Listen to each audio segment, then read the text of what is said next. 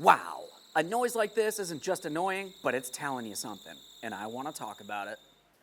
Now that noise was very clearly coming from inside of the engine compartment. On my particular application, it's coming from over on the passenger side.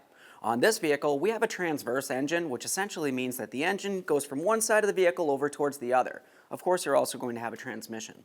Other vehicles might have a longitudinal engine and transmission. Essentially for that one, what you're going to find is the engine makes its way straight forward and rearward. The transmission will be located behind that engine, and up along the front is where the belt system is going to be. On this one, the belt's over on the passenger side, so that's where we're going to focus. Now looking down in this area, I can clearly see the belt. It's a little bit more difficult on a transverse engine like this one because of course the belt is very close to the body of the vehicle. I can see it using my flashlight. I can see several pulleys as well. The belt itself makes its way around all of these pulleys, whether it's with the ribbed side of the belt or even the flat side of the belt. Typically for these, if you were looking at the ribs of the belt itself, looking closely, you might happen to see some dry rot cracks in this area. One or two really isn't too big of a deal, but if you see several of them, or even 6 of them within 1 inch, that's telling you that you need to replace the belt. But you don't want to just stop there. Just because you can see that the belt is bad, there's other things that you want to pay attention to as well. You can't just replace the belt without inspecting some things. First of all, the tensioner. You have to release tension from the belt. That's going to be done with the tensioner itself. If you find that you try to pivot that tensioner to release tension from the belt and it feels stiff and then breaks free and then it feels stiff again, that's telling you that the tensioner is bad. Otherwise, I've seen it where you try to pull on the tensioner to release tension and it doesn't move at all. That's applying too much pressure to the belt, and that can cause other damage besides just that damage to the belt. If that belt is putting too much pressure on any of your pulleys, such as maybe the water pump itself, the water pump actually has a very small shaft located behind that water pump pulley. It leads into the water pump, and on the inside there is where the small fan is going to be, which circulates the coolant. By putting too much pressure on this area, it's going to pivot that shaft internally. It can cause an issue with the bearings internal or even the seal. If you have an issue with the seal, drip, drip, drip, coolant leak. This can happen to several other things, such as possibly your power steering pump. If you put too much pressure on an idler pulley, you're not going to get a drip of anything because there's no fluid, but you're going to start hearing a humming noise coming from that idler pulley. Now, once you did release pressure from that serpentine belt by pivoting the tensioner, of course you would want to remove the belt and thoroughly inspect it. We're going to be replacing it anyways because this one's very cracked. Once the belt's off though, go ahead and take hold of each one of those pulleys. You want to give them a little wiggle side to side. A tiny bit of movement on most pulleys is okay. If it clicks or clunks in any way, it needs to be replaced. If you give it a spin and it makes a little bit of noise, that's fine. If you give it a spin, it goes, that's a bad sign. That's telling you that the bearings internally is bad and you need to go ahead and replace the component. One of the best things about having an issue with the Serpentine belt is if you order it from 1AAuto.com, not only do we sell the belt separately, but you can also order a kit. In that kit, it's going to come with everything that you need. It has a Serpentine belt tensioner, it's going to have an idler pulley as well, and that Serpentine belt. These are the most common things that you're going to have to replace if you have an issue with the Serpentine belt. Other than that, of course, go ahead and give your alternator a spin, your power steering pump a spin, and anything else that's going to want to spin for you. Even that AC compressor.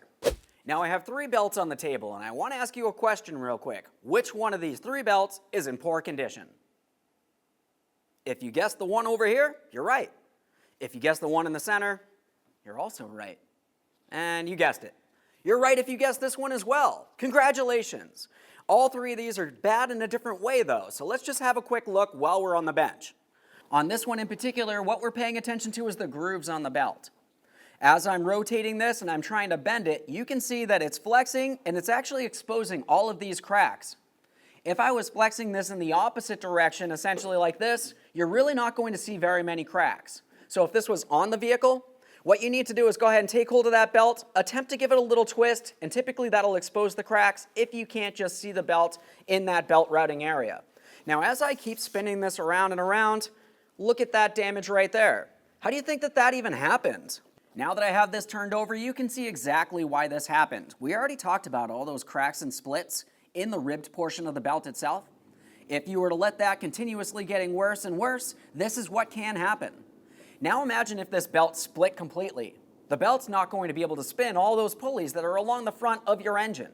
You're going to lose your power steering, so that's going to be an issue. Of course, you can still steer, but it's going to feel a lot more stiff. You're not going to have power steering assist. If your water pump runs off of the serpentine belt, now you're going to have an overheating condition as well because the coolant's not circulating throughout that cooling system. It's just hanging out in the engine and not making its way all the way through the system to the radiator to get cooled down and then circulate back to that engine. You don't want to overheat your engine. This is kind of a big deal. Now let's pause talking about that belt and we're going to move along to our next belt. On this belt in particular, by flexing it, I'm looking at the ribbed section. I don't see any cracks. That's kind of nice. But what I do see is the grooves are much deeper than what they should be. What's that telling me? That's telling me that the tensioner is putting excessive pressure on the belt, forcing it up against those pulleys. As it continuously forces pressure up against there, the belt is gradually getting worn down over and over as it rotates around throughout the entire system there. Of course, when this happens, now instead of having the splits going this direction across the belt, you might find, in worst case scenarios, the splits are actually making their way along the belt itself. So you're going to have several strips of belt where it should only be one. Either way, this is a very dangerous situation. It can still cause the same issues that I was talking about with the other belt if it's split. Of course, if it's not putting the proper pressure, it could actually put too much pressure or not enough pressure on the system. Lastly, I have one more belt, and this is one that you're probably not going to see on most vehicles nowadays. This is actually a small power steering V-belt. On this one in particular, what you want to pay attention to is along this area here. Now inside here, once again, just like the grooves on the other belt, you want to be paying attention for small cracks. As you can tell, this one had small cracks for a while. Now it just has a big old crack. At that point, no power steering. It's kind of an unsafe situation. The belt had to be replaced. Now there's one more thing we're going to talk about as far as the inspection of your serpentine belt, and that's looking at the backing. That's the smooth surface along the back side of the serpentine belt. You have to keep in mind that does still make its way across several of the pulleys, the smooth pulleys. As far as the ribbed portion, that's going to go on the ribbed pulleys. If you have some sort of oil leak or maybe a fluid leak of some sort and it's making its way onto the serpentine belt, especially on the smooth surface area, it's going to cause that squeal for you. If you happen to see that it looks like the belt has any type of oils on it, you need to go ahead and replace it. Anytime you're replacing the serpentine belt, once again, just make sure you inspect every other component in that area. If it looks like it's damaged or worn, you're already in this area anyways, just order everything from us, even as a kit. We'll ship it out to you.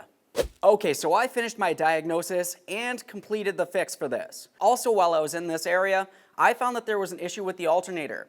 It still functions as it should, but I did find that it had a crack in the housing itself, so it had to be replaced. We replaced it at the same time. Overall, it was very simple. The next thing we have to do is go ahead and hop inside the passenger compartment, start up the vehicle, and confirm we fixed the issue. Perfect.